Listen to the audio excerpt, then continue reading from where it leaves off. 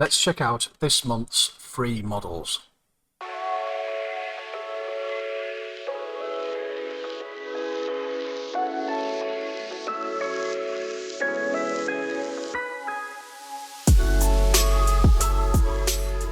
So if you subscribe to the newsletter, this week you should have received an email with some news and everything else that's going on, but you should have also received a link to download some of the free digital models that I'm giving away as part of this little promotion. Included in the link are last month's models and 4 new models. These are a seated figure, female figure with a camera, a male figure seated, the barrels, and some gravestones. Now, to access these through the newsletter, all you've got to do is just click on the model download link and it will open up this Dropbox file. I just want to quickly run through with you the files and how everything is. I've tried to make it as easy as possible basically for everyone to get them into their 3D printer. So the first thing to do is just download all the files, and that'll download them all to wherever you want to save them. Unzip the zip file and then you'll have access to all the files here. So you'll notice in the main folder there's a preview of each file. So if I view them in large icons, you can see that the previews there, which also correspond to the name of the folders. Again, I've just done that just to make it as easy as possible. I just want to try and change this back to the list view. So, say we want to print this driver figure, this handsome chap here. We can go into the driver folder, 004, and in here you'll have a range of files. You've got 2 other previews here. That's more useful if you ever want to become a partner with myself and sell these prints commercially. Other than that, for the figures, there's 2 other file types you need to bring into your software for printing. We've got a full-size figure called full height at the end, and a 16mm scale version as well with supports for printing already. So I'll explain what these are. So the full height is just basically the model that's made it's a real height. So I think this figure's about 1.7 meters high. So if you try loading that into a 3D printer, it's not going to work. But there's ways you can get around that anyway. This version here has already been scaled down to 16mm to a foot scale, that's the scale that I personally print at, and it's in between G scale and 7/8 scale as well. So going from 16mm to like a G scale or to the 7/8 isn't that much of a big leap, and so we can use this as a good middle ground. So, and I'll show you what we need to do. So we can import these into Cura, which is the slicer I use. You might use a different one, but we're just going to import in this 16mm scaled driver. Now it's probably going to take a couple of seconds for it to load in.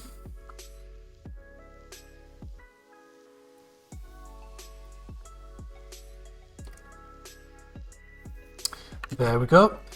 And now this loads in the pre-supported version that you can use on most sort of basic home printers. And that's it in terms of the figures. If you want to bring in the unsupported version, then all you do is you would bring in this full height version and then scale it down to whatever size you require. So I think for 60mm scale, it's 5.3% size. So you can just bring that in and you can change it on the scale settings over here, or just manually type in the height, which is probably what most of you will do, because then you can get to exactly whatever height you want it to be. So let's have a look at the other files that are in with this giveaway. So let's take a look at something like the AA box. So again, we've got a nice little preview of it there, so you can see what's in the files. And if we open up the file for the AA box, you will see we've got a slightly different format here. We've still got the 16mm version. We've got the full size version. We've got a full size ready to print version as well. Now, and we've also got a components folder, which I'll explain in a second. So the best thing to do is I think I'll just show you this straight into Cura again. So we'll take this 16mm version Actually, what I'll do is, before we do that, the full-size version is exactly as it is in real life almost. See, it's all built up. It's not split into parts, which I'll explain to you in a second, and it's just the complete model. So you can view that if you need to, and you can also use this and edit this if you need to. So let's go into Cura. Let's remove that driver. By the airbox. So let's load in the 16mm ready to print version. Now it's gone a little bit off the side of my print area for some reason, so I'm just going to drag it back across. And then we also need to rotate it ever so slightly. There we go. So it all fits nicely in there. Now, so the 16mm version ready to print file is, as the title says, it's just ready to print. Load this file into your slicer software and you'll see that the roof has been detached, the top of the roof has also been detached, and the cap as well, which sits on here, has been detached. Now, I always try to prepare these models so that they're easy to print. So with this, you don't need any supports or anything like that. It's just a case of loading it in and printing. Even these overhangs here will be perfectly fine as long as your printer's configured correctly. So that's the ready to print 16mm version. Again, there is a full-size version ready to print, and again that's the same one as I've just shown you just then, but it's at real world scale. So again, it's going to bring it in really big in Cura, and you're just going to have to scale it down to whatever size you want. In the components folder, we have got some more files, a 60mm version, a full-size version of all the components that make up the ready to print version in the folder.